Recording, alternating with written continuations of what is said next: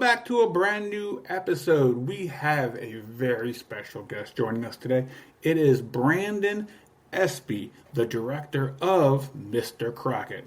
Hulu and Disney was nice enough to make this interview happen for us. So shout out to Disney, shout out to Hulu. So if you haven't seen this film yet, go on Hulu and watch it right now. This film is a very, very top contender for me for horror movie of the year. So go watch this film right after the interview. Brandon, what's going on, buddy? What's going down, Justin? Happy to be here. We have to talk about this film because it's still being rant and raved online, TikTok, YouTube, everywhere. What has the journey been like for you, going from a short to a full length to having your character being almost like a Freddy Krueger? I'd say it's real fulfilling. It's a goal that I set out from the beginning. I was really excited when I got this short picked up, and it instantly motivated me to really develop a feature version of it. Because Freddy's one of my favorite horror icons ever, just with how funny, entertaining, and just creative the kills were. And so I really wanted to create another character like that, except within this kids show realm. I was like, okay, this could really be interesting. So the whole journey of shooting the feature, which was the whole beast, and then getting to put it out there to the world and kind of go around and to different screenings, hear people's reactions about it, and really just to be able to tell the story of how I came up with it. I think those are a lot of things that just have been fun, and now it just really motivated me to keep going and just make more. Question is there going to be more? Because you have already put this out. Do you have any ideas to elaborate the universe or try something different? Because in terms of horror, we have a lot of rehashes, basically sequels, nothing really original. And this is one of the reasons why I wanted to talk to you, because you actually went outside the box of something nobody has ever done before. And I think that is one of the reasons why this movie is really clicking with a lot of people, because it's all rehashes, same ideas. And I really think it's the age of independent films now, because we have movies like Terrifier, we have Carved that also came out a week after Mr. Crocket came out, and now it's basically seems like the whole story has flipped over now to give all people like yourself chances to make these amazing projects. I can't say anything bad about the film because it checked all the boxes. It had gore. The casting itself, Elvis as Mr. Crocket, is amazing. Basically what nightmares are made of, because if I had a TV in my living room and I had somebody come out of my TV and all of a sudden he goes, "Hello," I'm like, he can have this house, because I really need this no more. Because so you've made Mr. Crocket, you took it to film festivals. How did you come up with the idea of Mr. Crocket? So my oldest son, he is obsessed with kid shows. Whenever he watches it, you can't break his stare at all. It's like you don't even matter anymore. It's just him and this person who's giving him lessons or other things. And I was like, damn, this person's super influential, because even after that too, a lot of his learning would come from this kid show. And Blippi was one of them that he was most had him in a chokehold. And I felt like I was I wasn't even his daddy anymore. Blippi is his daddy. And that was scary to me. And so I was like, damn, what if it was something to where a villain, they were able to attack these vulnerabilities of these kids and take them away from their parents. And my biggest fear is losing my kids. And so when I said, okay, this is a fear that I could really play with, and the fact that you have this mom's journey to try to get her kid back, especially because in the short we end with her kid being taken, and I'm like, oh wow, think about what is Mr. Crockett's world, what's in there, and how is she gonna go and get her kid back now? And so there's a lot of questions I felt like that went unanswered when it came to the short. And so for the feature, I really wanted to just build out this whole journey and really create all these characters that came with it. Because I feel like with these kids shows, like there's not really just like the elaborate ones like Sid and Marty Krofft, or even like old like McDonald's Land and all these other shows, Pee-wee's Playhouse. They have all these other characters with it, and I'm like, that'd be cool if we had these like evil sidekicks with Mr. Crocket. And I was lucky enough to work with Master Effects Studio and Alex Party, who helped develop the monsters. And once I had a certain team on, I was like, wow, I feel like really good about this. And I was just thankful to have these people wanting to support my vision and really get excited about it. And then, yeah, especially working with Elvis, that was like almost like the icing on the cake. Yeah, from him to all the cast was just dead on. Yeah. From the cast to the music to the scenery. Mm-hmm. And what really makes this movie good is that you, from 10 minutes on, you grab all the viewers and you make them want more after the first 10 minutes. And I don't think I have seen a horror movie which has done basically just that. After the first 10 minutes, I go, all right, if this is the first 10 minutes of this movie, where else can we go? And that's basically how the story itself, because I love a good villain. I've always been a villain. I have Freddy Krueger, Hellraiser, all the original villains. The bad part of the entire movie for me is I almost feel sorry for Mr. Crocket. I'm like, oh man, he just wants to help. And then you see at the end, I'm not going to spoil it for anybody, because for anybody that has yet to see this movie, y'all have to jump on this movie. When you actually get the full story, you go, oh man, I was rooting for this guy. And then you basically see what he's done, and it basically flips on its end. So one of the scenes that really steps out to me is when Summer is walking into the library and she goes and sees a TV. And all of a sudden the TV is talking back to her saying, you've been looking for me. And he goes, come closer. And I'm like, oh no. And probably the best special effects I've seen in the last 10 years is when the arm comes out of the TV and grabs her. What all went into all these effects in this movie? Because it has to be a mix of CGI and practical, right? Yep, definitely. So we had, it was actually my co-writer's arm that ended up being through like the actual TV. So we did that in the studio, and we, it was kind of like a green screen situation to where we keyed that out and had him reach through towards the camera. And so that when we actually shot that part in that library, in that room, we had him there too, like with his arm behind for like the profile shots. But the frontal shots was like just pure CGI, which big shout out to Chris that fixed it in post, who really helped bring that to life. Because even with that, like the warping of the TV when it came out too, because there's different options how we wanted to approach that. At first we were thinking, okay, does he break the glass and go and grab her, or is it kind of like a thing to where it's like the TV glass is kind of warping as if it's like going into like a portal type of situation. And so we ended up leaning towards that portal thing, and it worked out well. And it worked out well for like our trailer and all the promo marketing material leading up to the film. Because I didn't even see a trailer for this. It's good. I actually had a friend over, and we always try to stay up to date on the latest movies and stuff like that. And he goes, have you checked out Hulu recently? I'm like, no, I haven't really had a chance to look at Hulu yet. He goes, there's a movie on there that the poster itself just reaches out to me. And I'm like, what is it? He goes, it's called Mr. Crocket. I'm like, all right, let's give this a shot. And we had to pause it 15 minutes in because we were so taken back by the first 10 minutes of this film by itself. Yeah.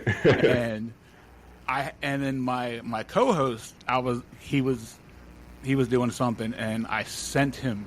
I said, you need to check out this movie ASAP because we need to talk about this film. And the first thing he sent back to me was, why wasn't this movie in theaters? Was there Yeah. ever a chance that this could have hit theaters? Because I think it really could have blown up bigger in theaters. Yeah. There definitely was a chance during like the process of like us getting it done and meeting with Hulu, but I think with them they had like they always wanted to stick to their plan. I think with a lot of their Halloween films they have a certain rollout plan, Yeah. but that's not to say that a future one may not be able to have that. And so I think it's something that they would be open to, but like it's almost like sticking to the plan that's going to work for this. And you know, as something we had a few grassroots theatrical screenings around that, even outside the festivals, because of how well it did. Because when we were at Fantastic Fest, we sold out like 7 theaters there for the closing night film, and then we had Elvis had a grassroots screening in New York, and that almost sold out too. LA did pretty well. So it was always like different places, and anywhere it was posted on like social media, it like the engagement was like crazy for the post because people were like, "What the hell is this?" You know what I mean? Yep. And so I think in general, like that really helped bring a lot of just like good things to the film that people were happy about. And I felt like it was definitely a very exciting moment because people were constantly hitting me up. They were happy that we were able to take some kind of risk. Because at first, I didn't know we were going to be able to do what we were able to do with the film. Like, are we going to be able to do certain kills that Crockett has? And so, like, when they said, like, yeah, you could be able to do that, I was like, really? And I was like, okay, well, let's go as far as we can within a certain budget, you know? And so, we decided to have some fun. What has it been like for you working with a juggernaut like Hulu? It's been a great process. I like their team a lot. They were really cool to work with. Very accommodating, especially when we went to different screenings at festivals. I think their team was really excited to work on a film like this because from a marketing standpoint, you have such a good key art, good trailer. A lot of the people within like their social team and PR team were Black women, and they were happy to have a Black horror film on the platform such as this, with the topics, with like our lead female as well. So I think there's a lot of things that they were excited about when it came to the marketing materials and rolling out things, and they knew that like, okay, this is everything checked the box that measured success on their platform for this, and it really showed because we were able to be #1 on Hulu for 7 days straight in October, and yeah, it was cool to see. Every time I checked Hulu, it was always #1, and it was gratifying for me that independent films are now getting the chance that I really think that they actually deserve, because I think 9 times out of 10, indie films are a lot better than our Hollywood films that are being pushed out today, because I think there is a certain bar they have to meet as a Hollywood film, but as an independent film, you have the sky, basically the sky is the limit for you guys, and it gives you like a chance to get your vision out there. And the vision that I have seen people talk about is, what's it like for Mr. Crocket, your character, to be compared to as Candyman, and as we said earlier, Freddy Krueger. That's got to be cloud 9 for you. Yeah, for me, that was my whole goal going into it. I remember when I first met Hulu, I said I want to position Mr. Crocket as our next horror icon. That's what I wanted him to be. I wanted to give him the certain ingredients that would add up to that. And I think when it came to the casting of Mr. Crocket, it was definitely a very particular process because you're working on like just giving out offers only, so you're not really auditioning people. And you have some people who pass up on it, people who like don't really care for the character. And with me, I just wanted someone who was like talented and who really wanted to play this role. I was like, because if let's say if you got a really talented person, but they just kind of like did the role and just said whatever because just gonna take this money and go on to their next actual big project, then I didn't really want that person because I needed someone who was really gonna like embody this role. And when I met Elvis, I remember I met him at lunch in LA, and he said that he felt like he was called to play this role, and he's always wanted this role within his career. So when his manager gave it brought it to his table, he was like, yeah, this is I feel like this is like my role, and like no one's gonna be able to do to this role what I am going to. And I look in his eyes that he had when he was telling me this, I was like, this guy's gonna kill anyone who I might choose to play Crockett over him. And at the end of the day, I want that type of dude on my team, you know. And and so when I said, I said yes, like pretty much the next day, and we got into it and really built deep into like the backstory of his character, the childhood trauma and everything. And he got really deep into it. And I remember the first day on set that we had him in like the Mr. Crockett's World set, like the really clean world. He came out from like the back of the set and did like this like long improv as Mr. Crockett going around the set.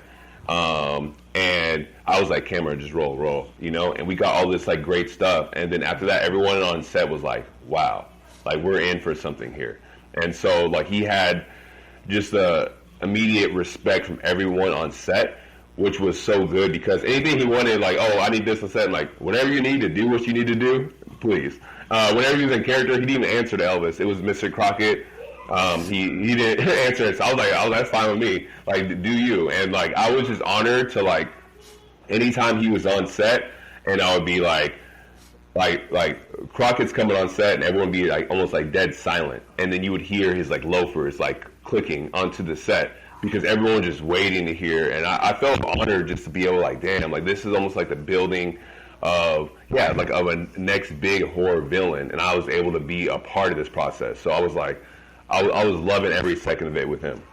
Oh, because what really gets me the most is, for one, let's talk about the jingles. Yeah. How did you come up with the most catchiest earworm I have ever heard in a movie?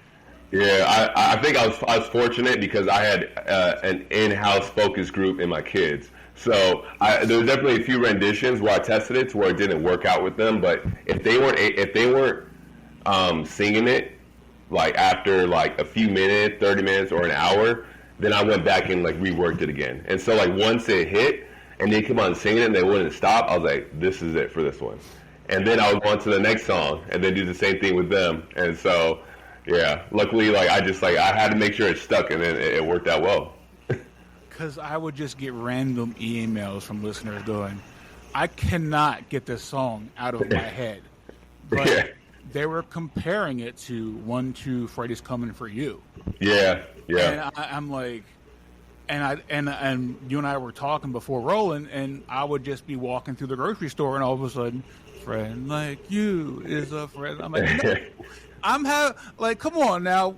How, out of every song on the radio, and all of a sudden this song would just pop in your head out of nowhere. You know you're doing a great job. Yeah. And you got, and I told you before, you are.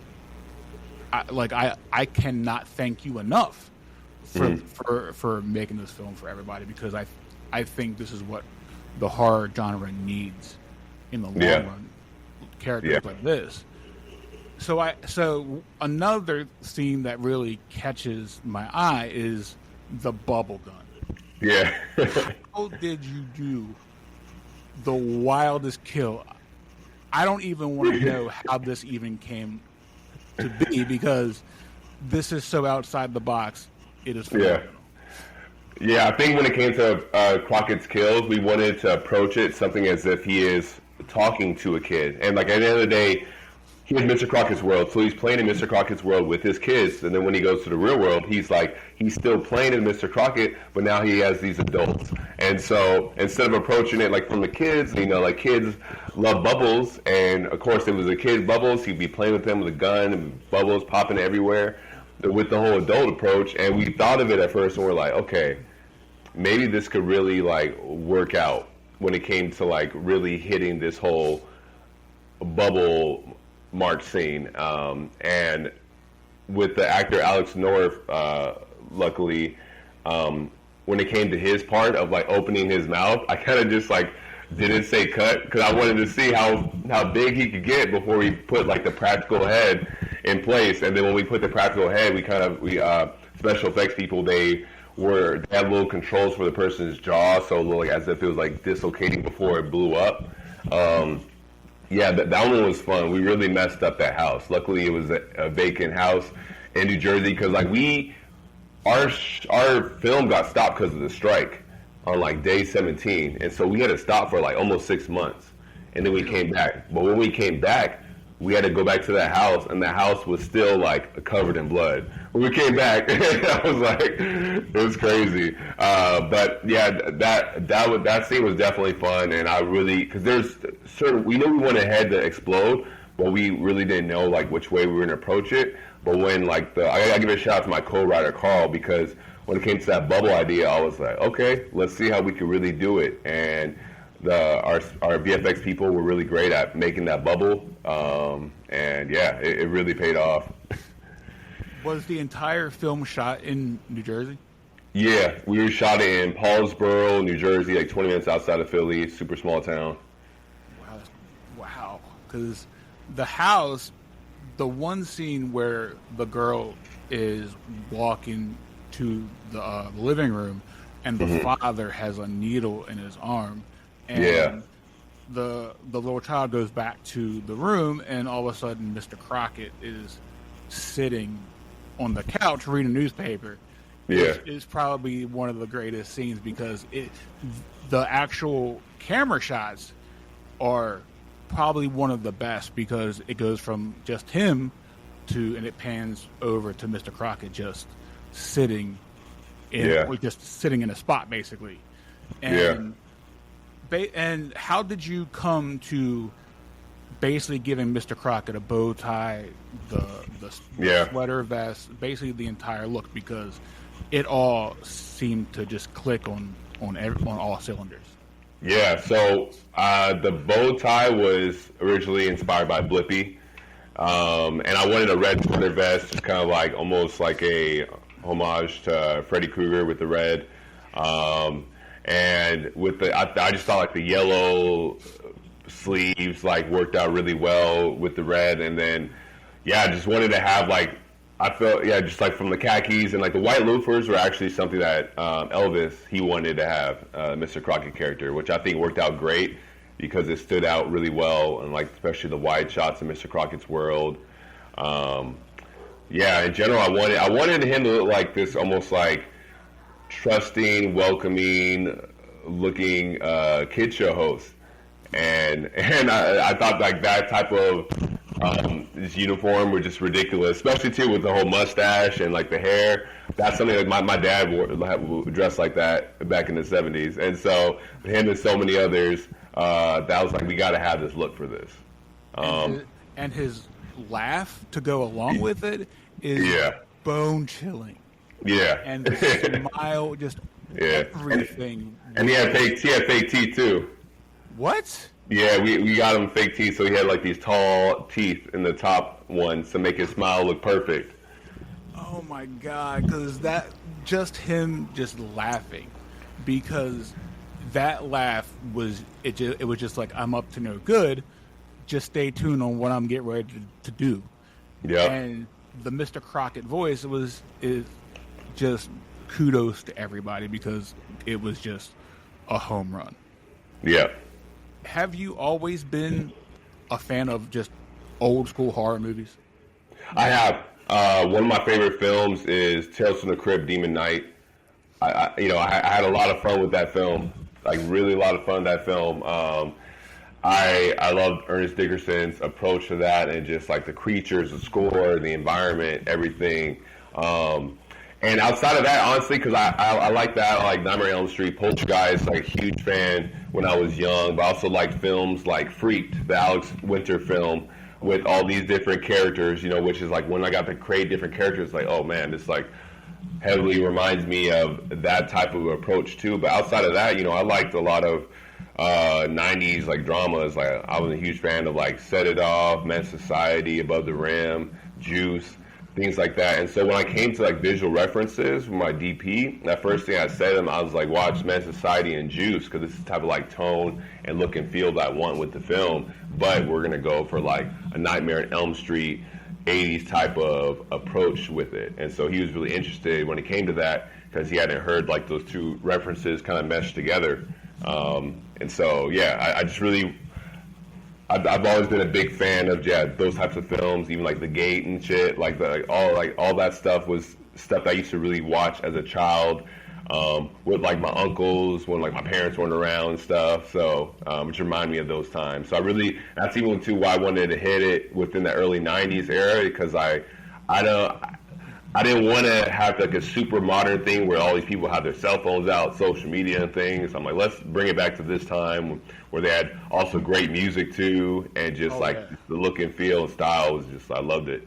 The soundtrack by itself is phenomenal. Yeah. And the fact that you had to ruin VCRs for everybody too, because now every time I see somebody have a VCR, I'm gonna make sure that there's no eyes and there's not a hand coming out of that thing now.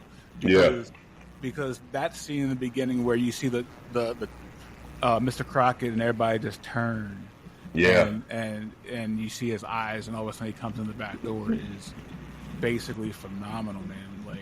Like there's nothing about this film that I don't love, and the fact that you brought up Demon Knight. I just watched Demon Knight for like the 50th time last week. Because it was on HBO for some unknown reason. Yeah. Like, if you were giving the opportunity to remake any old school horror movie, what would it be and why? It would be House on Skull Mountain. It was a blaxploitation horror film from the 70s.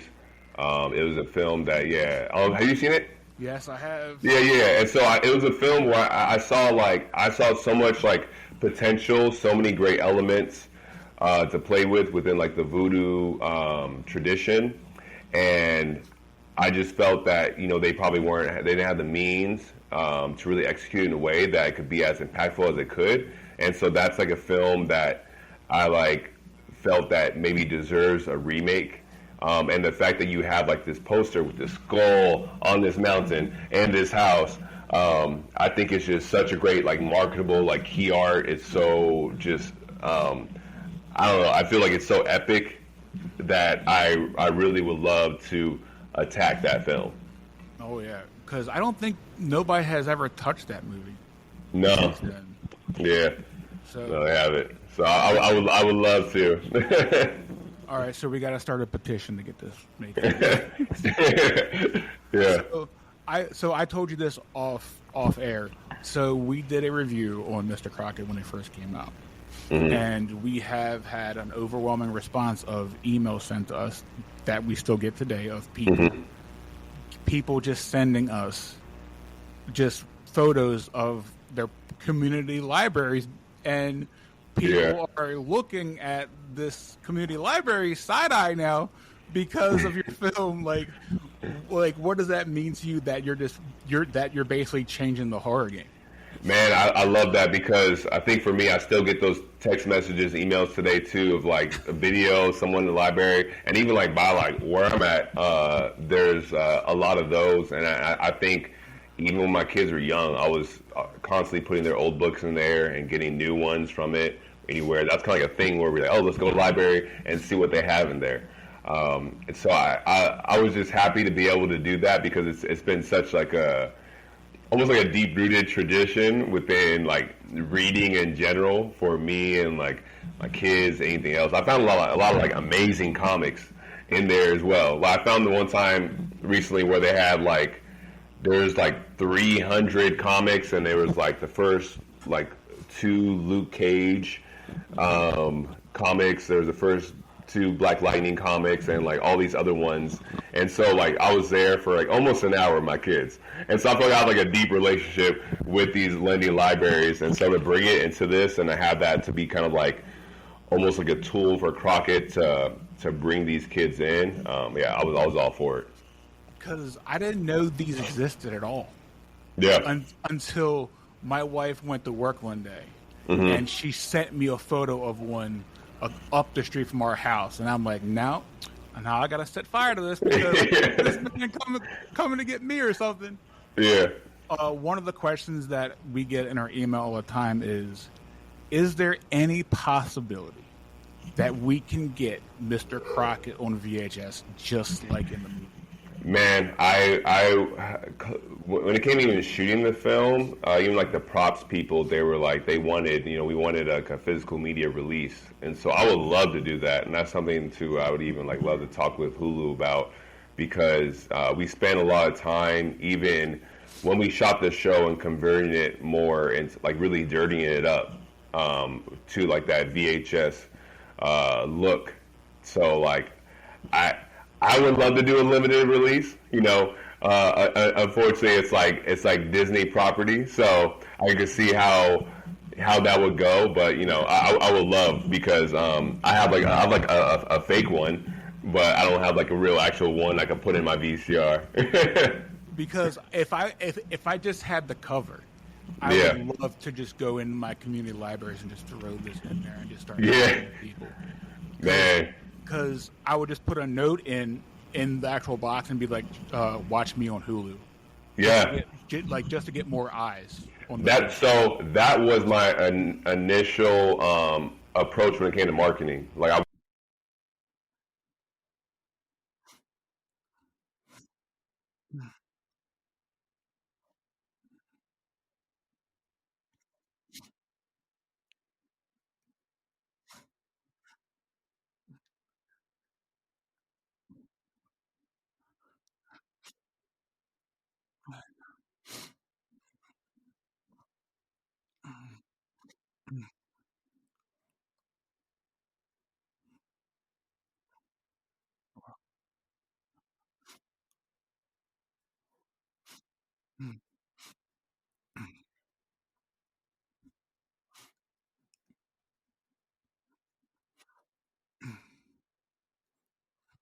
I was gonna say, is there any chance we get like a 30-minute like release on the stuff that you didn't actually put in the actual release?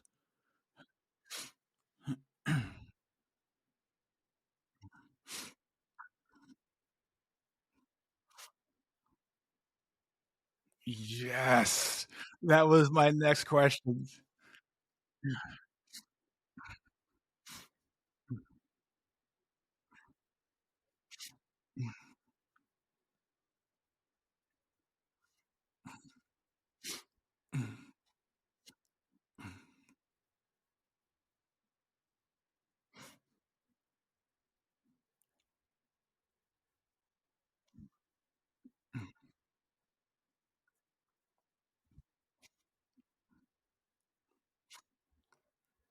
I recently came across your other short on YouTube called Head Buster.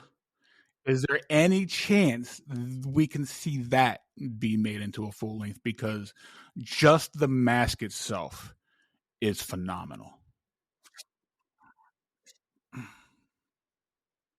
What? Yes.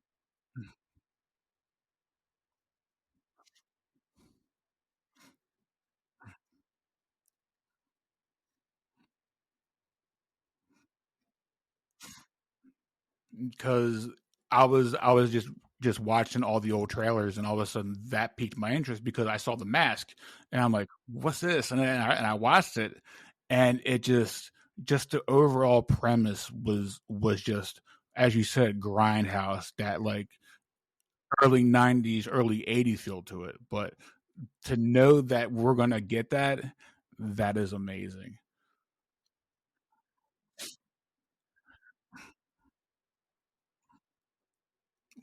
What?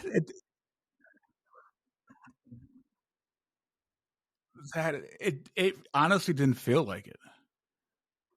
Well, I won't take a lot of your time because I know you're busy, but thank you very much for joining me, because this movie has been just a treat to watch and just a treat to just get out to people, because I think you are ushering in a new age of horror for everybody now.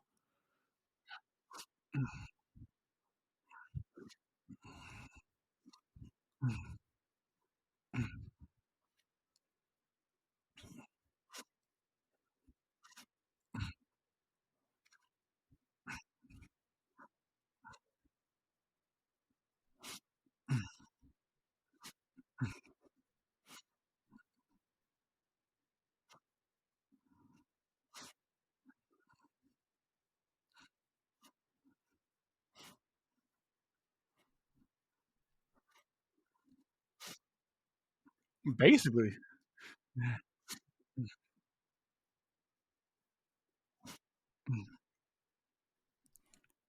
But congrats. I cannot wait to see what else you come up with.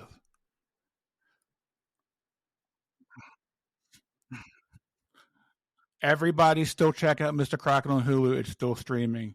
Give it a watch. It deserves more than one watch. Brandon, thank you very much for joining me. Have a good one, man.